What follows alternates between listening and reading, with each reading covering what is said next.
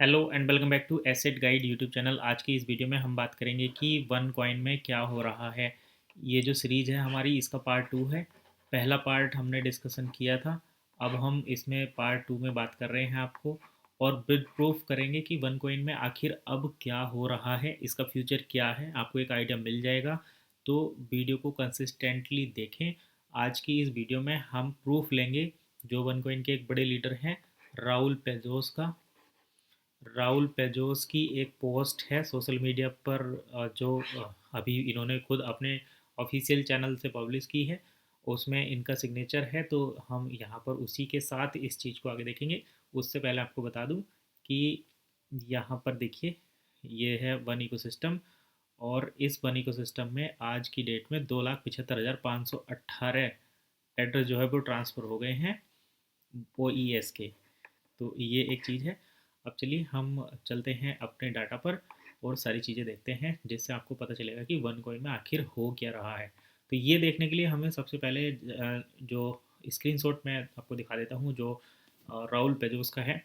तो यहाँ पर देखिए, ये किस किस तरीके से इन्होंने, ये रहा इनका ऑफिशियल सिग्नेचर। तो बाद में आप कहें कि भाई अपने आप फर्जी बना के चल रही बात, तो ऐसा नहीं है, ये प्रूफ है।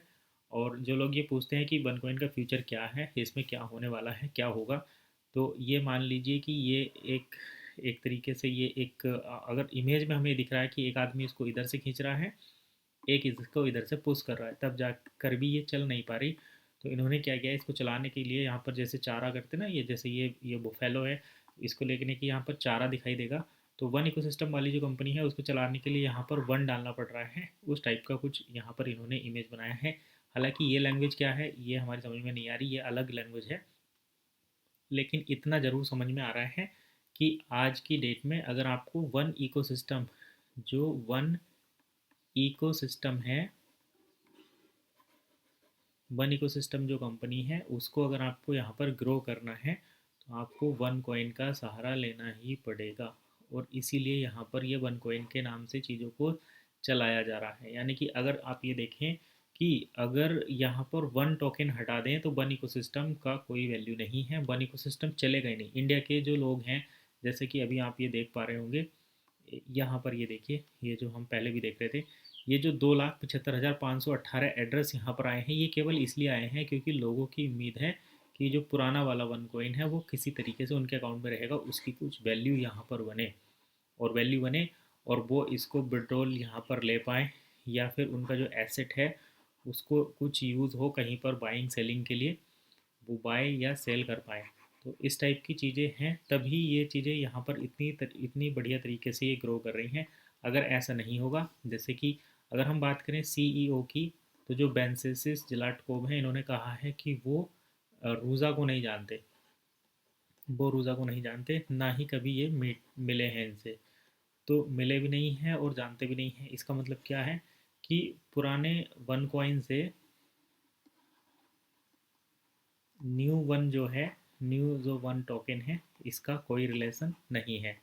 बस क्या है, जो वन का डाटाबेस है, वन का जो वन टोकन का डाटाबेस है, या लेज़र जिसको आप कह सकते हैं, लेज़र, उसको इधर नए वाले पर ट्रांसफ़र कर दिया गया है। क्योंकि वन की जो कंपनी थी वो उसको ट्रांसफ़र किया गया है, ऐसा आप मान सकते हैं। तो डाटा जो है वो ट्रांसफ़र हो रहा है ओल्ड सिस्टम से न्यू सिस्टम पर। अब जैसे एक होता है ना, जब कोई टोकन लॉन्च होता है, अब देखो टोकन जब लॉन्च होता है या फिर उसको B1 से B2 पर लिया जाता है, तो जो पुराने ओल्ड टोकन हैं, ओल्ड टोकन्स जो हैं, उनकी जो है उनको आपको स्वैप करना पड़ता है न्यू टोकन पर, न्यू टोकन पर स्वैप करना पड़ता है, और उसके लिए आपको क्या करनी पड़ती है, कुछ फीस पे करनी पड़ती है।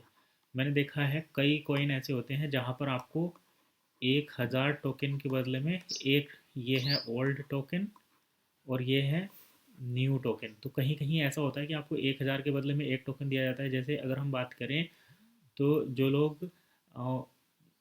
लोग यहाँ पर, अगर हम BTT की बात करें, इसके बारे में ज़्यादातर सभी जानते होंगे BTT। तो BTT अभी रीब्रांड हुआ था, तो BTT वर्जन 1 से EBTT कुछ ऐसे करके हुआ था, BTTC पर आया था। और ये वर्जन 2 हुआ। तो यहाँ पर ऐसा हुआ था कि एक के बदले में किसी को 10 दिए गए थे।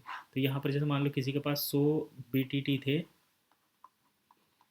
तो ये बढ़कर हो गए थे 1000 BTTC। तो यहाँ पर बढ़े थे।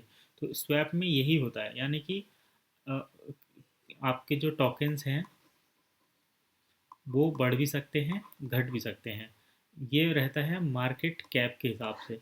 अब देखिए इनकी क्वांटिटी इतनी है और प्राइस यहाँ पर है 42.33। तो उस हिसाब से मार्केट कैप बढ़ भी सकता है, घट भी सकता है, क्वांटिटी बढ़ भी सकती है, घट भी सकती है। लेकिन ये ज़रूर है कि जब B1 से B2 पर ट्रांसफ़र करते हैं या फिर स्वैप करते हैं या फिर जो भी करते हैं बहरहाल, तो उसमें अगर जैसे मान लो नए टोकन जो है वो प्री लॉन्च में आप कह सकते हैं कि प्री लॉन्च जब रहता है तो उसमें टोकन दिए जाते हैं, डिस्ट्रीब्यूट किए जाते हैं। जैसे कुछ कुछ प्रोजेक्ट ऐसे करते हैं कि अगर उनके सोशल मीडिया प्रोफाइल को फॉलो करो तो वहाँ पर आपको 5,000, 10,000, 1 लाख तक टोकन दिए जाते हैं। तो वन इकोसिस्टम में भी वही है। वन इकोसिस्टम का जो OES टोकन है वो यहाँ पर स्वैप करने वाले लोगों को दिया जा रहा है, जिसमें 2,75,518 एड्रेस पर अभी तक ये दिया जा चुका है। जिनके पास ओल्ड वन है जिनके पास ओल्ड वन है वो एज इट इज़ रहेंगे, वो इथीरियम की प्राइवेट ब्लॉकचेन पर हैं।